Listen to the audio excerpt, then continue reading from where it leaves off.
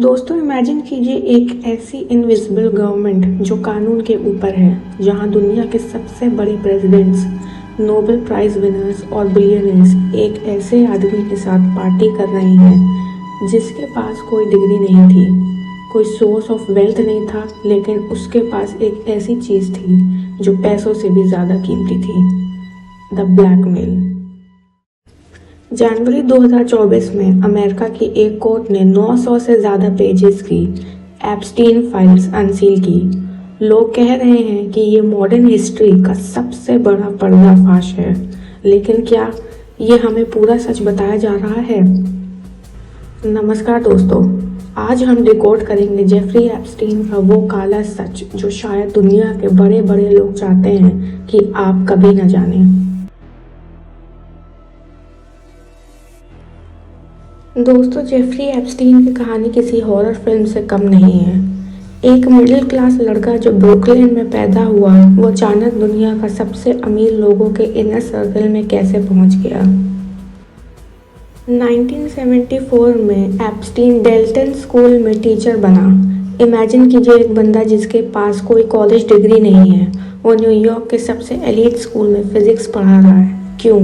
क्योंकि उसके पास नेटवर्थ नहीं बल्कि नेटवर्किंग की पावर थी।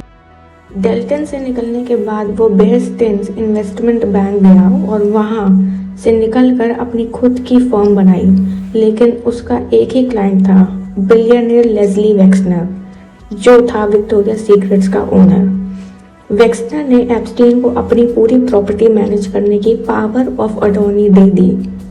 कुछ लोग कहते हैं कि एप्स्टीन ने वेक्सनर को ब्लैकमेल किया था, तो कुछ कहते हैं कि वो दोनों एक ही सिस्टम का हिस्सा थे।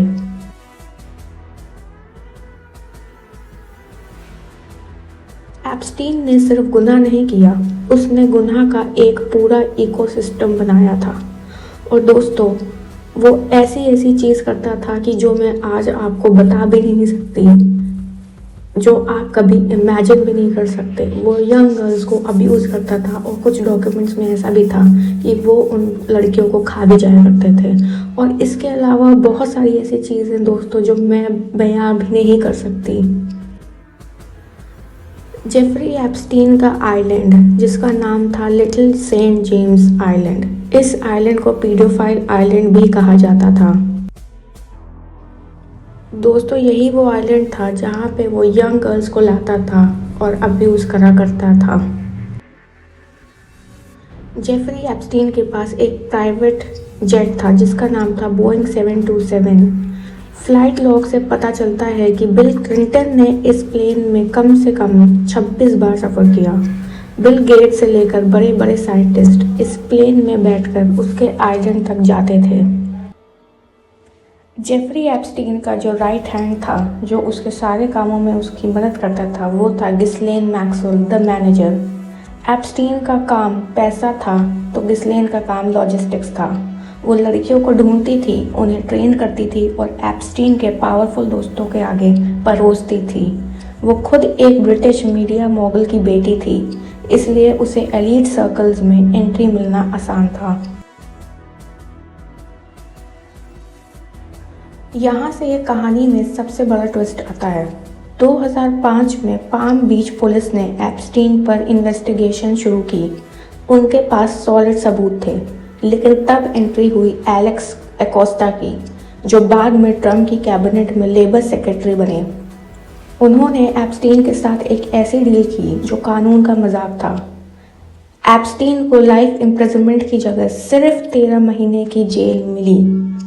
उसे वर्क रिलीज मिला, मतलब दिन में 12 घंटे वो अपने ऑफिस में काम करता था और सिर्फ रात को जेल में सोता था। सबसे हैरानी की बात यह है दोस्तों, उस डील में लिखा गया कि एप्स्टीन के को-कॉन्स्पिरेटर्स, जिन लोगों ने उसकी मदद करी, उन पर कभी केस नहीं चलाया जाएगा।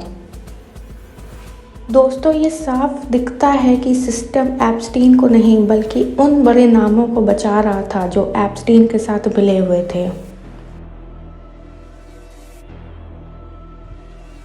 फाइल्स में बताया गया कि एप्स्टीन ने कहा था कि bill Clinton likes them young. हालांकि कोई डायरेक्ट प्रूफ नहीं मिला, लेकिन इतनी बार नाम आया उनका कि लेगेसी पर एक काला धब्बा पड़ गया। वर्जीनिया गुफेर के एलिगेशंस को इन फाइल्स ने और मजबूत किया, जब प्रिंस एंड्रू की फ़ोटो एक विक्टिम के साथ आज भी उन्हें हॉन्ट कर रही है। इस फाइल्स का सबसे शॉकिंग नाम जो आया वो था स्टीव हॉकिन का। लोग हैरान हैं कि इतना बड़ा साइंटिस्ट वहाँ क्या कर रहा था। फाइल्स के मुताबिक एप्स्टीन ने कोशिश की थी कि हॉकिन का नाम किसी भी अंडर एज पार्टी से ना जुड़े। फाइल्स में जिक्र है कि एप्स्टीन के पास अपने आइलैंड पर हिडन कैमरास थे। वो अपने दोस्तों की रिकॉर्डिंग करता था ताकि बाद में उन्हें कंट्रोल कर सके। –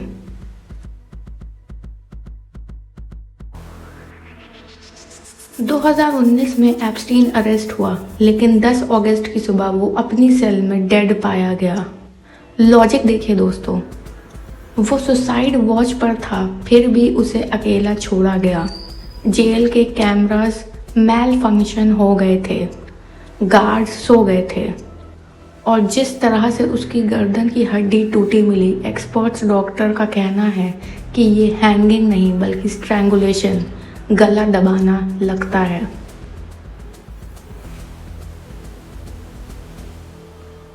सवाल ये है, हु किल्ड जेफरी एप्स्टीन?